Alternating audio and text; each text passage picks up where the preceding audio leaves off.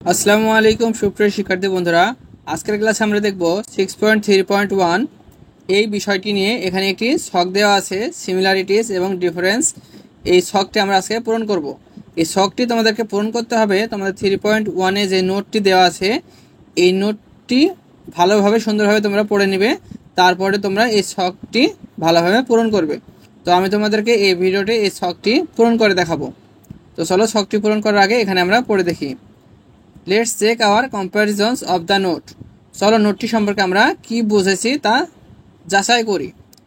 Read the note again and identify the similarities and difference between block structure and point by point structure. নোটটি আবার পড়ো এবং block structure এবং point by point স্ট্রাকচারের মধ্যে মিল এবং পার্থক্যগুলো চিহ্নিত করো। দেন তারপর share your findings in pair or groups. তারপরে জড়াই বা দলে তোমার পাওয়া তথ্য শেয়ার করো। You may use the following grid to record your findings. তথ্য সংরক্ষণের জন্য নিচের সারণীটি ব্যবহার করতে পারো। Add as many row as you need. প্রয়োজন অনুযায়ী তুমি সারিযুক্ত করে নাও। তাহলে এখানে যেই ছকটি দেওয়া আছে তোমার প্রয়োজনে তুমি আরও সারি এখানে যুক্ত করতে পারবে। তো চলো আমরা সমাধানটি তোমাদেরকে দেখিয়ে দিই। এখানে আমি সুন্দরভাবে সমাধানটি করে দিয়েছি। এই সমাধানটি দেখার আগে তোমরা যারা এডুকেশন ফেভার ইউটিউব চ্যানেলটিতে নতুন তাদের বলবো অবশ্যই তোমরা এডুকেশন ফেভার এই ইউটিউব চ্যানেলটিকে সাবস্ক্রাইব করে পাশে থাকা বেল আইকনটিতে ক্লিক করে দেবে, যাতে আমাদের সকল নতুন নতুন ভিডিও নোটিফিকেশন তুমি সবার আগে পেয়ে যাও। তাছাড়া তোমাদের নবম শ্রেণীর সকল কারিকুলামের ভিডিও তোমরা এখানে আসলেই পেয়ে যাবে। তোমরা অবশ্যই এই প্লেলিস্ট থেকে এসে ঘুরে যাবে এবং তোমাদের নতুন কারিকুলামের সকল আপডেট পেতে আমাদের এডুকেশন ফেভারের এই ফেসবুক গ্রুপটিতে জয়েন করে নিতে পারো। খুব শীঘ্রই তোমাদের এই নতুন কারিকুলামের অর্থাৎ বার্ষিক পরীক্ষার জন্য তোমাদের নমুনা কোশ্চেন তৈরি করে তোমাদের অধ্যায়ভিত্তিক পরীক্ষা নেওয়া হবে। তো তোমরা অবশ্যই এই গ্রুপটিতে জয়েন করে নেবে। তো চলো আমরা ভিডিওটি দেখি। অ্যাক্টিভিটি 6.3.1 পেজ 89 থেকে 90। এখানে রয়েছে সিমিলারিটিস, এখানে রয়েছে difference. Block structure and point by point structure. এখানে সিমিলারিটিস দেখো।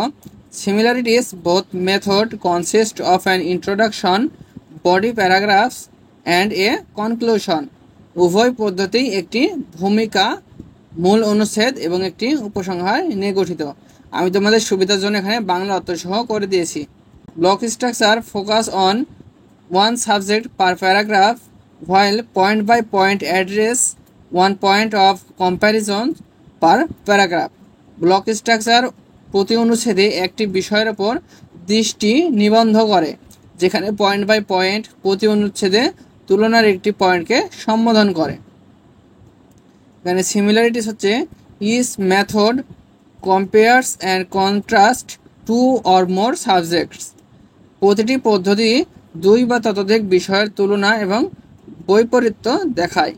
Block structure typically has 4 paragraphs. Block কাঠামোর সাধারণত 4টি অনুচ্ছেদ থাকে।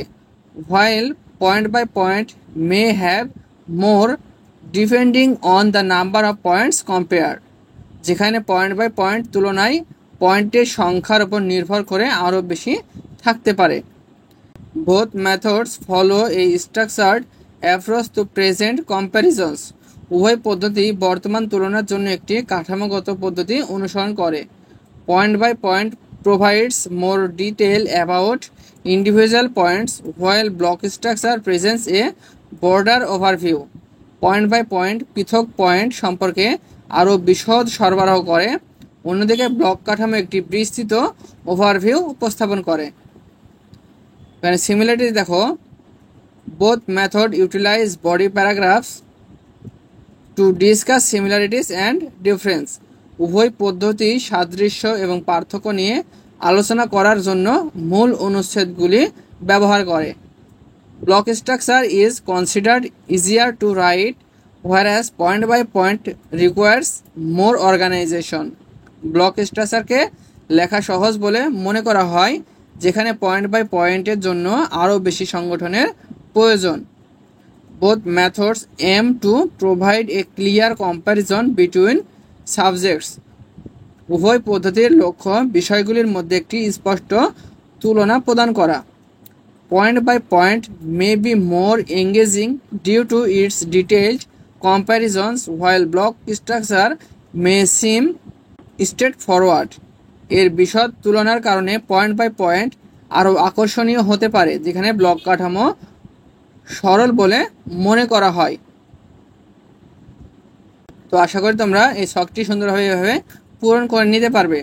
তো আজকের এই ভিডিওটি এখান পর্যন্ত। পরবর্তী লেকচারে আমরা 6.3.2 এখানে যে টেক্সটগুলো দেওয়া আছে এই টেক্সটগুলো আমরা বাংলা অর্থসহ দেখব, তারপরে এই সৃজনশীলের উত্তরগুলো করে দেব। তো পরবর্তী ভিডিওটি দেখার আমন্ত্রণ জানিয়ে এই ভিডিওটি এখানেই শেষ করছি।